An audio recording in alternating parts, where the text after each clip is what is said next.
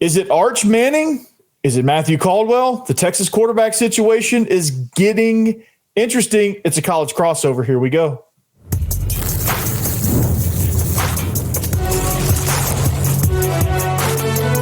You are Locked On College Crossover, part of the Locked On Podcast Network. Your team every day. Hey, what's up, everybody? Welcome in. It is a college crossover edition of the Locked On Podcast. It's the Locked On Vandy podcast and the Locked On Longhorns podcast. Joining me from the Locked On Longhorns podcast is Brad Kellner.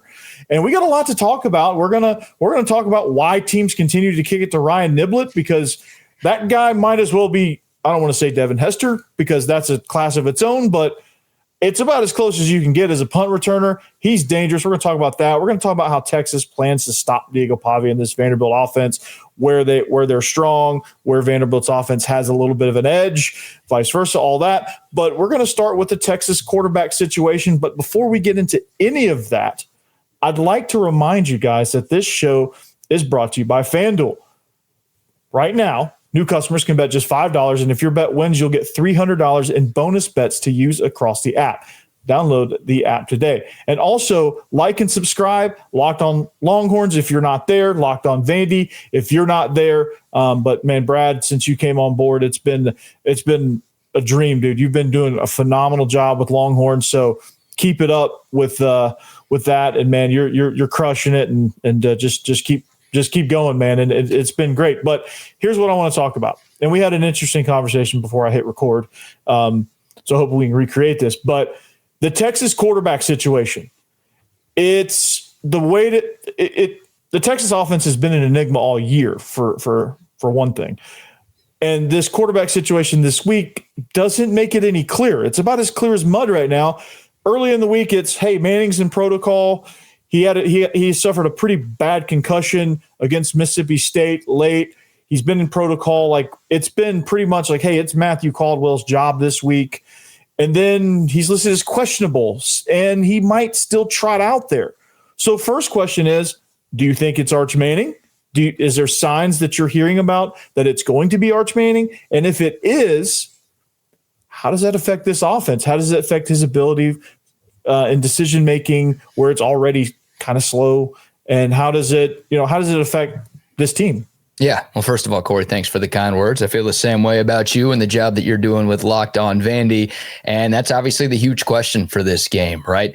You know, the good news for Texas, Arch Manning has been at practice the last couple of days. Now, I don't think he's doing a whole lot at practice, but just the fact that he's out there with his teammates is a good sign that maybe the concussion wasn't as bad as initially thought. Obviously, you couple that with, Wednesday night's injury report, him showing up as questionable means that, hey, there may be a chance that he does take the field on Saturday. Now, he's still in the concussion protocol, so he obviously has to be cleared by the doctors to even have a chance to give this one a go.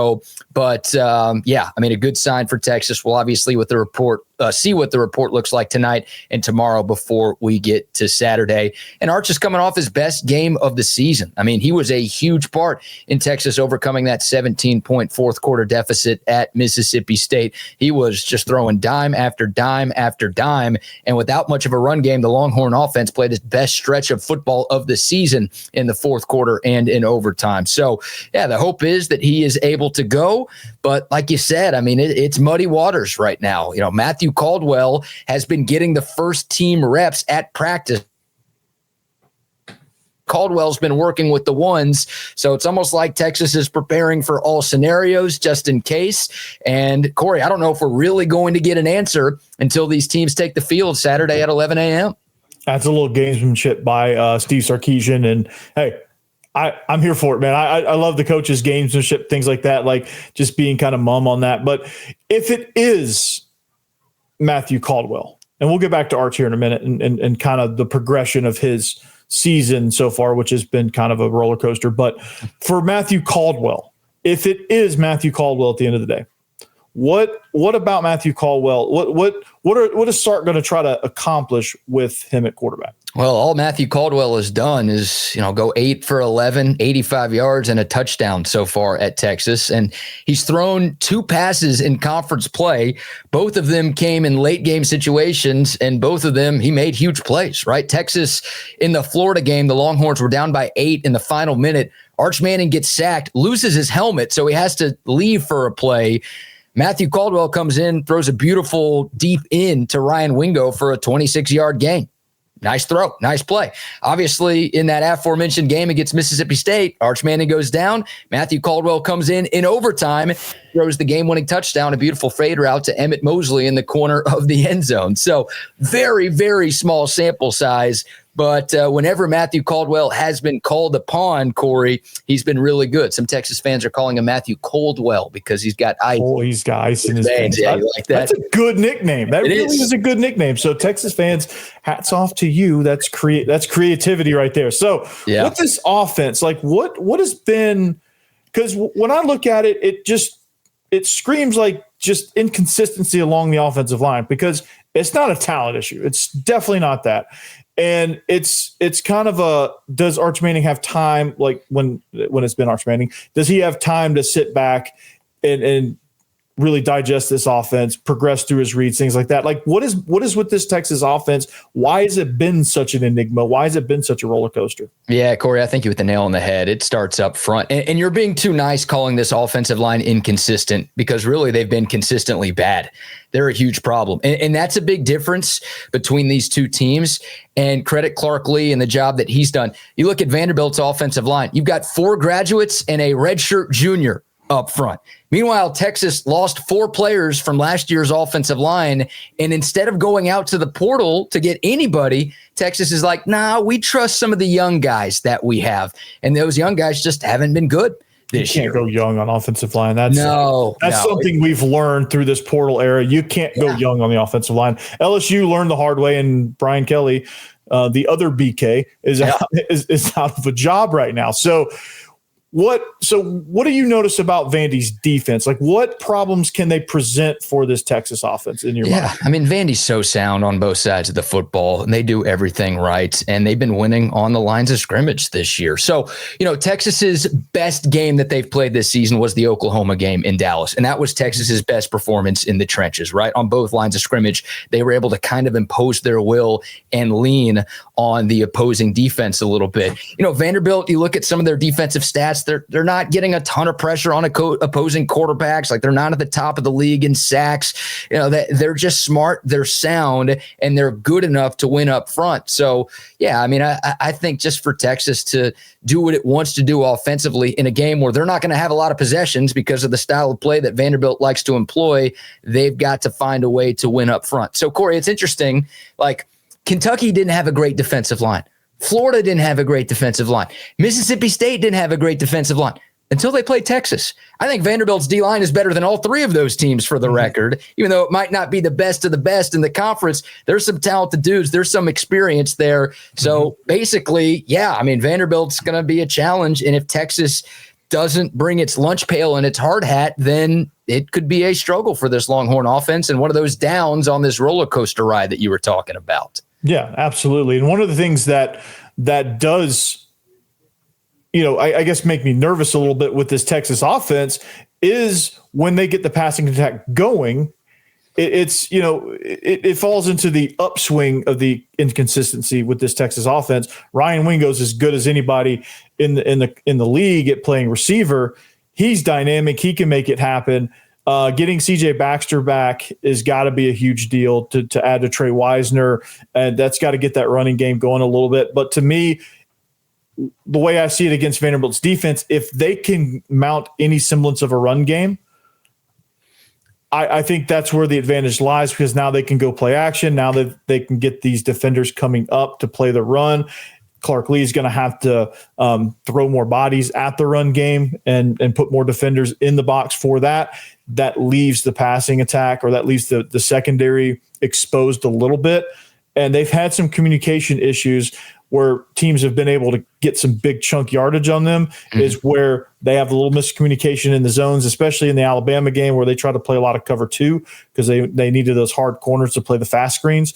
There was that the safeties weren't getting over the top on that, and there's ton of space on the sideline. So it's things like that for Texas's offense. If they can hit some of that stuff and run a little bit, which Alabama had just enough success running the ball. They didn't dominate, but they had enough success to be able to make themselves dangerous and pull defenders down. Safeties were creeping down. They weren't getting over.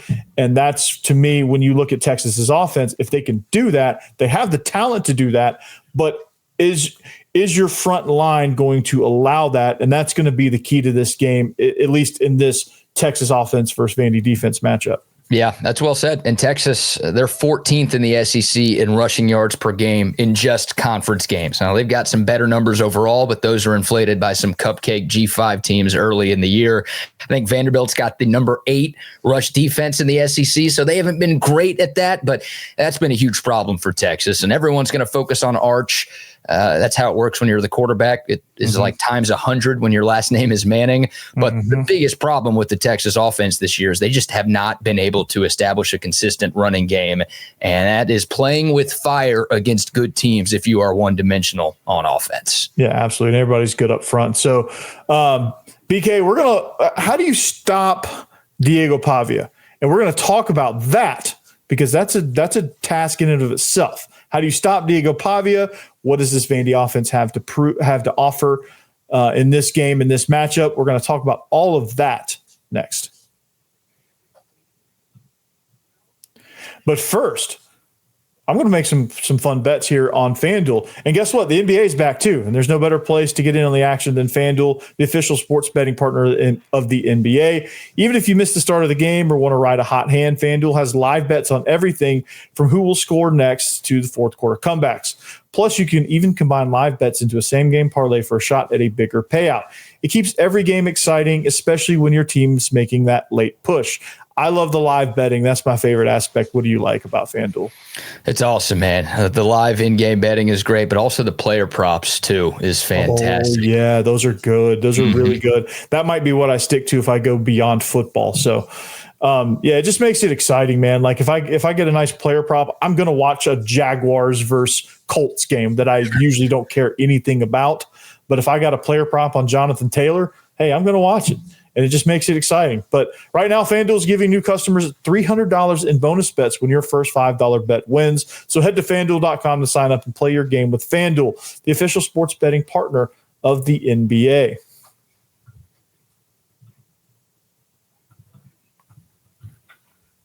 Never thought I'd hit Jonathan Taylor in a read, but here we go. Welcome back. It's a crossover edition, Locked On Longhorns, Locked On Vandy, joining forces to make one powerful episode here.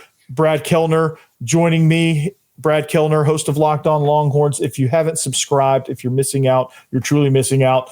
And of course, like and subscribe, Locked On Vandy. So the thing that teams have been trying to figure out all season long, and except for Missouri and Bama to a certain extent, well, Bama really in the second half, more so. How do you stop Diego Pavia in this Vanderbilt offense? Like that's the golden question. And that's a tough thing to do. So with Texas and what they have talent-wise up front, Ethan Burke as an edge, he's going to be a really important defender. Every edge player every week is probably the most important defender on every defense that Vandy's going to face from here on out. Ethan Burke, is he going to be able to control the edge? What do you guys have on the interior at the linebacking position? Like, how are you guys going to shut down this Vanderbilt offense? Well, before I answer that, Corey, can I ask you the same question? I mean, as a guy who's watched every snap of Vandy football this year, like, what do you think Texas needs to do to slow down one of the best players in college football? I think you need to be patient. Watch the Missouri game if you really want to know. Their edge players, I think, played Diego Pavia beautifully. So on the option stuff, on the read stuff, they slow play it and force him to pull it. And they were athletic enough and long enough to be able to put their spikes in the ground and redirect and make it tough on Pavia. Now, he made his plays. He got his plays.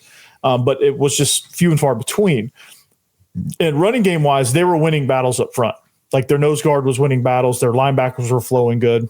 Trotter is one of the best linebackers in the conference. He's a hammer. He's a sledgehammer. And he comes down, he hits you.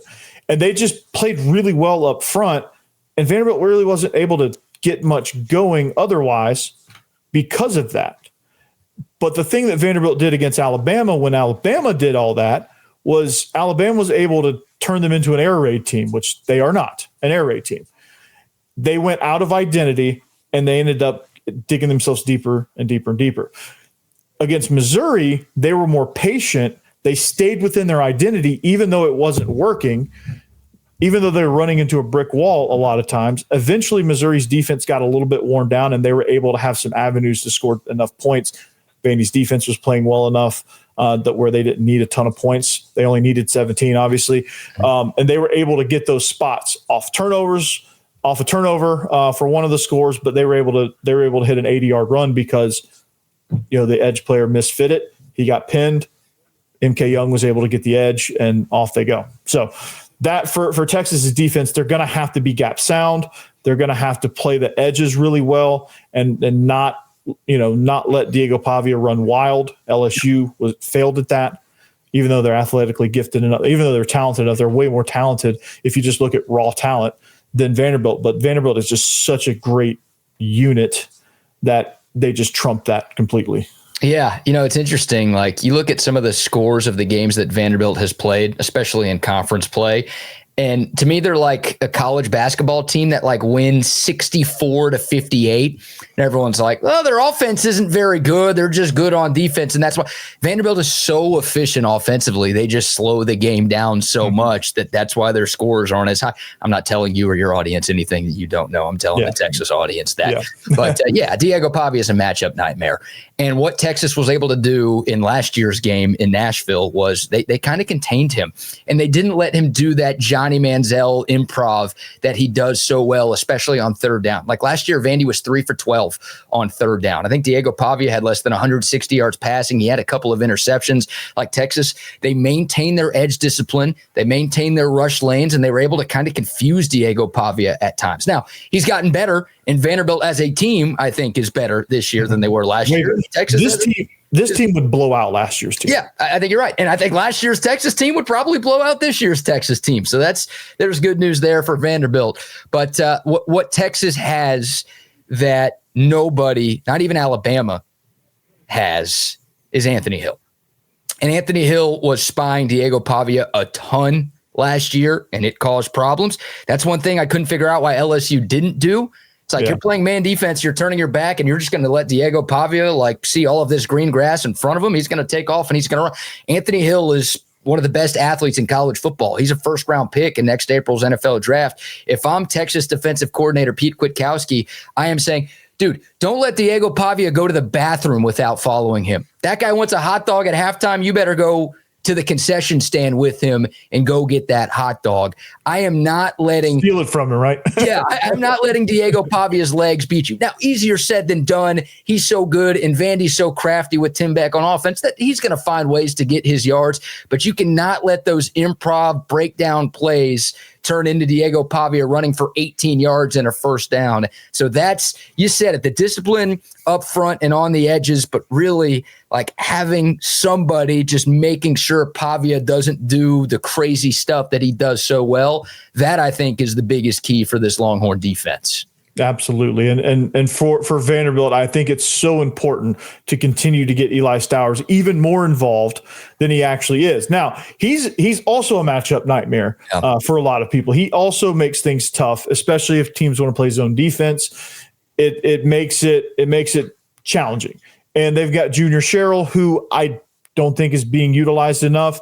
Maybe he's not getting enough separation. He's the number one receiver. He's pretty good. He's got some good, strong hands. He's doing a lot better catching the ball this year, even though he had a big drop against Missouri. It's just this offense they have a three-headed attack. I think last year it was just Cedric Alexander and A.J. Newberry a little bit. He got banged up early in that game, so he went out, and it was pretty much just the Cedric Alexander show.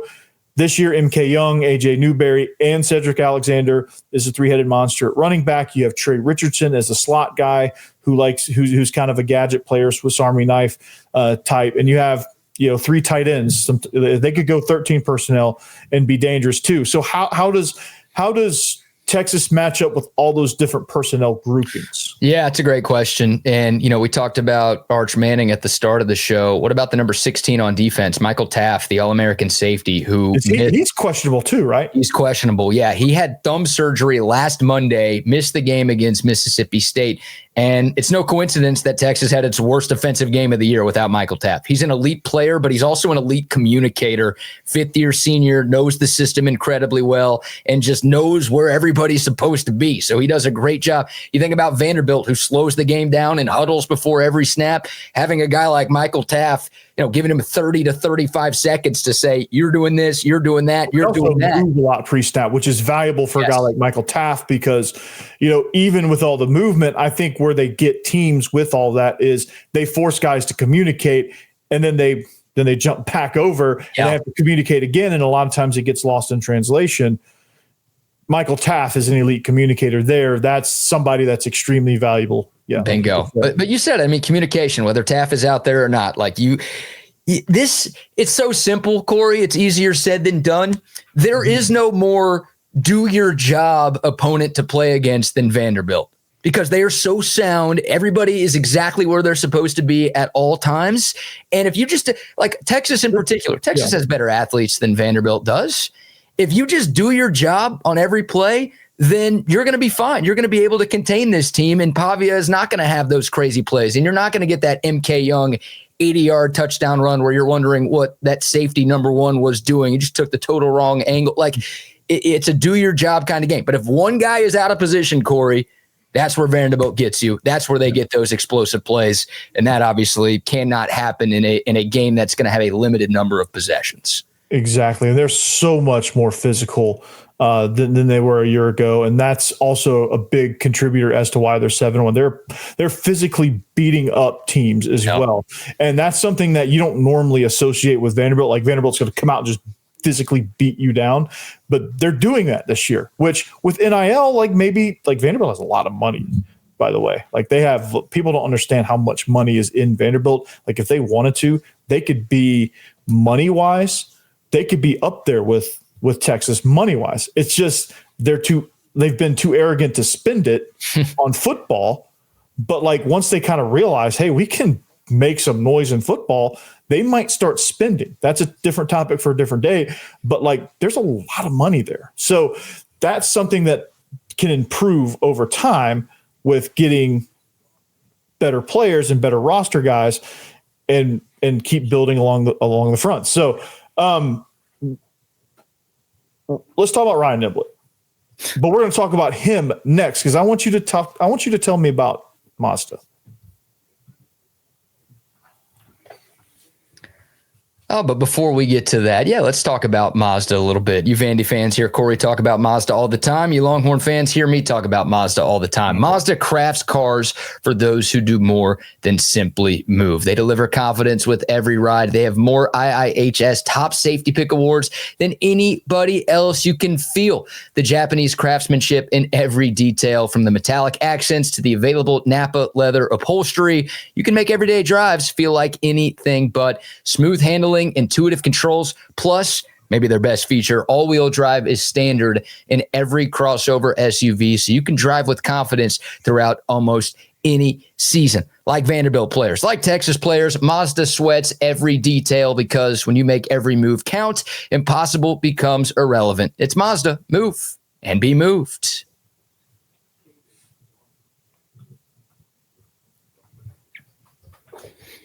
All right. We are, like the late Yogi Berra said, it's getting late early. So we are closing in on this show. Again, make sure you follow BK at Locked On Longhorns. Follow him on social media.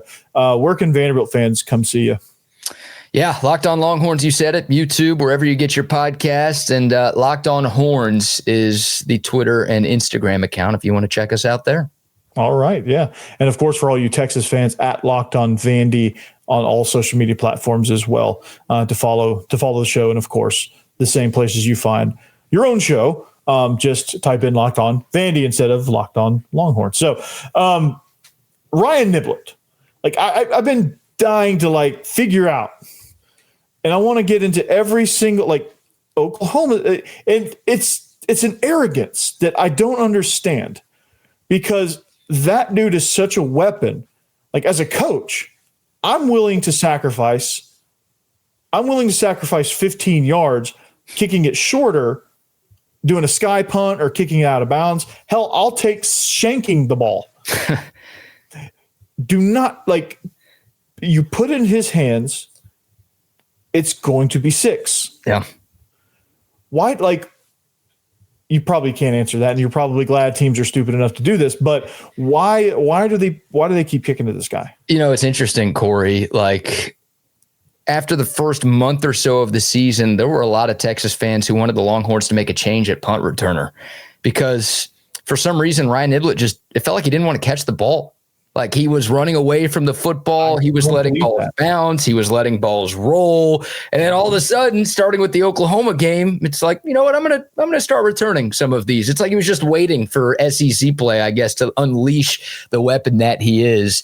And I guess I'll give Oklahoma a little bit of a pass, because that was like his first big return of the year. But yeah, Kentucky and obviously Mississippi State in that spot, just inexcusably bad. You see why Jeff Lebby hasn't won an SEC game. You see why Mississippi State fans are already ready to make a move in Starkville. So I don't know. I mean, I've been praying to the football gods all week that Clark Lee is stupid enough to punt the ball to RYAN NIBLETT. I don't think he is.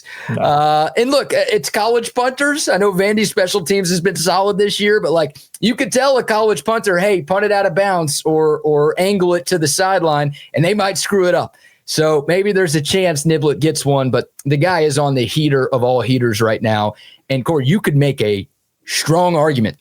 Texas, a team that is currently 3-1 in the SEC, would be 1-3 in the SEC without RYAN NIBLETT doing what he's done these past couple of weeks. He has been the game changer of all game changers. Absolutely. And teams have been avoiding Martell Height. They've been giving him unreturnable punts. They've been kicking out of bounds. They've been giving him a lot of fair catches.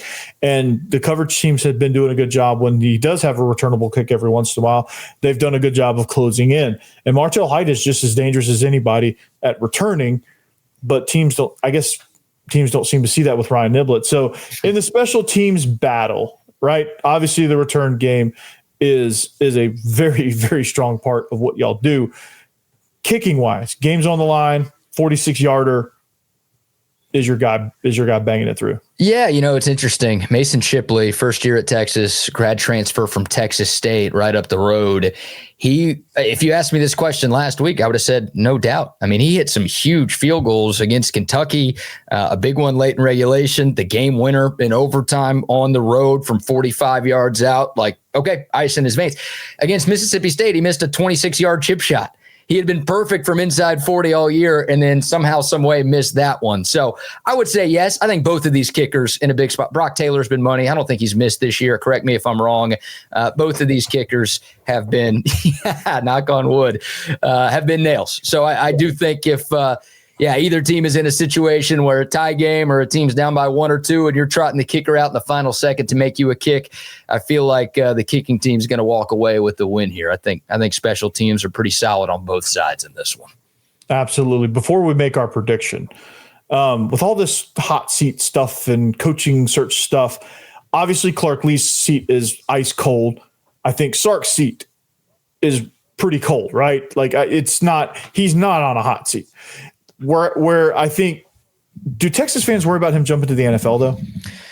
Well, I don't know if anybody did before this past Saturday. There was that Diana Rossini report from ESPN where she said that Steve Sarkisian's people were reaching out to NFL teams about some potential openings. So, you know, Sark denied that. Sark's agent, Jimmy Sexton, released a statement denying that as well. We know word is not bond in coaching. People will say whatever they want, and then something can change, and all of a sudden they change their mind. So I don't know. I mean, I think most Texas fans feel like Sark is in it for the long haul. But is there a world where Steve Sarkisian does take an NFL head coaching job if he's offered? Yeah, I think so. He wouldn't leave for another college gig, but if the NFL came calling, a good situation in the NFL came calling, it wouldn't surprise me if at some point he decided to make the leap. Yeah, and I wouldn't blame him. I mean, he's been a coordinator in the league too, so he's familiar with it. And I wouldn't blame him if he left. But yeah, he's not. I don't think he's anywhere close to getting fired. I don't think if they fire him, it'd be one of the craziest things I've ever seen. And he's definitely not leaving for any other college. Like, he's not going to Florida. He's not going. So if his name appears on a list, it's just for clicks. So, and as far as Clark Lee goes, like, obviously he's getting some interest, and I think he's gonna be talked about with Florida, with Penn State, probably with, and depending on how those jobs move, like let's say hypothetically Marcus Freeman gets offered one of those jobs and he takes it, there's some thought that Clark Lee might go to Notre Dame. I think he's done all but like a year of his schooling on the same street. Montgomery Bell Academy and Vanderbilt are probably 2.5 miles apart. And he did most of his school there. So I don't think he's leaving. I think he's got I think there's a lot of untapped resources at Vanderbilt that he's starting to tap into. And so I don't think he's going to leave. So yeah. BK, let's make a prediction. Give me a brief synopsis. How are they going to get there? I'm guessing you're picking Texas. So how do they do it? I am picking Texas, but I don't know how they're going to do it. Honestly, I don't know how they won last week. I don't know how they won 2 weeks ago. They're just randomly finding ways to win. I know Vanderbilt's a lot better than Kentucky and Mississippi State, but I think 20-17 is the final. The Longhorns somehow get a win. To give some actual analysis, I do think Texas will be able to keep Diego Pavia in check. Nobody stops that dude, but I do think they'll do a good job containing him. I like Cedric Alexander, of course, Austin's own. Great story, great homecoming for him. Watched him play a couple of times in high school. Great kid, great player. I think Texas will do a good enough job against him and MK Young to slow down that Vandy rushing attack. And then offensively for Texas, it hasn't been pretty. There's no doubt about it, but I think they're able to do just enough. Maybe they're gifted a short field by a takeaway or a great punt return from Ryan Niblett. I think it's ugly. I think it's a dogfight, but ultimately I think our friends at FanDuel, Corey, are kind of right on the money. The line's 2.5 right now. I've got Texas by 3, and any Vandy fan who liked me before that now hates me. What say you? Yeah, so get him. No, I'm just kidding. No, I think it's going to be a game where, because of the quarterback situation, that leads me to believe one of the main reasons for this week that leads me to believe that I think Vanderbilt is in the driver's seat here, because Texas is trying to figure out, okay, is it Arch Manning? How do we capitalize? Is he fully okay? Is his decision-making good? What do we do with Matt Caldwell? Like, he doesn't have a lot of sample size. He's talented. He's been to 4 colleges. So he's not a rookie, but like, how does he, like, he hasn't still dealt with a lot of SEC speed consistently. And he certainly hasn't dealt with the defensive scheme that Vanderbilt brings, that the Clark Lee, Steve Gregory scheme, which, does a lot. It makes up for a lot of the lack of talent. It's going to be a physical game up front. I think there's going to be a lot of hits, a lot of physicality, a lot of low scoring, some 3 and outs. But I do think, because of Texas's offense and their offensive line being inconsistent, or you said consistently bad, them not being able to protect very well, I think Vanderbilt's going to get a couple more 3 and outs. I think they're going to be able to hold the ball a little bit. And if Vandy can hold the ball and win time of possession, they win the game. And it's going to be one of those 3-point, 6-point games where it's like they just, no matter what Texas does, they just kind of keep nudging ahead. Like, LSU kept trying to fight back in the game. They could never really gain control of the game, even though they were hitting big plays, but they couldn't do it consistently enough. And Vanderbilt just kept the ball away from them. Yeah. Right. And I think it's going to play out kind of like that. I don't know if it's going to be as high scoring for Vanderbilt as it was in the LSU game, because Texas's defense is light years better than LSU's defense, which is weird to say because talent-wise they're not that far apart. But everything else, the whole just the running of the operation is way better. So for that reason, I think they're going to be able to keep Diego Pavia in check. But I think there's going to be a couple of instances where they can't, and that's going to be the difference. So I'm going to say 24-20. Okay. And that's my final. Both of us are saying close game. I'd be surprised if it's not. Yeah. No one's going to run away with this. I would be highly shocked, and there would have to be something go terribly wrong if Vanderbilt runs away with this game. And same, I think, with Texas. Like, I think, obviously the Bama score was a lot closer than the score indicated because they got that late exclamation point. Yeah, that hurt. Let me tell you, that hurt. Thanks, FanDuel, for that one. Thanks, Vandy, for letting that one get away. Did not need that. They had it covered too, man. That was crazy. Because I had the cover. I was like, well, I'm like, well, we lost, but at least it covered, right? And then boom, never mind. I lost everything. So anyway, well, that's going to do it here for this crossover episode of the Locked On Vandy and Locked On Longhorns podcast. And for Brad Kellner, make sure you check him out, like, subscribe wherever you get your podcast, and on YouTube. Same with Locked On Vandy. Make sure you like, subscribe, and just keep it rolling, man. The Locked On family of SEC shows is phenomenal, and all 17 of them are great, including Locked On SEC. So all the teams and then Locked On SEC. So for Brad, I'm Corey. We'll see you back here next time. If you're going to the game, if you're going to Austin, be safe, have fun, enjoy the game, and of course, anchor down. Peace.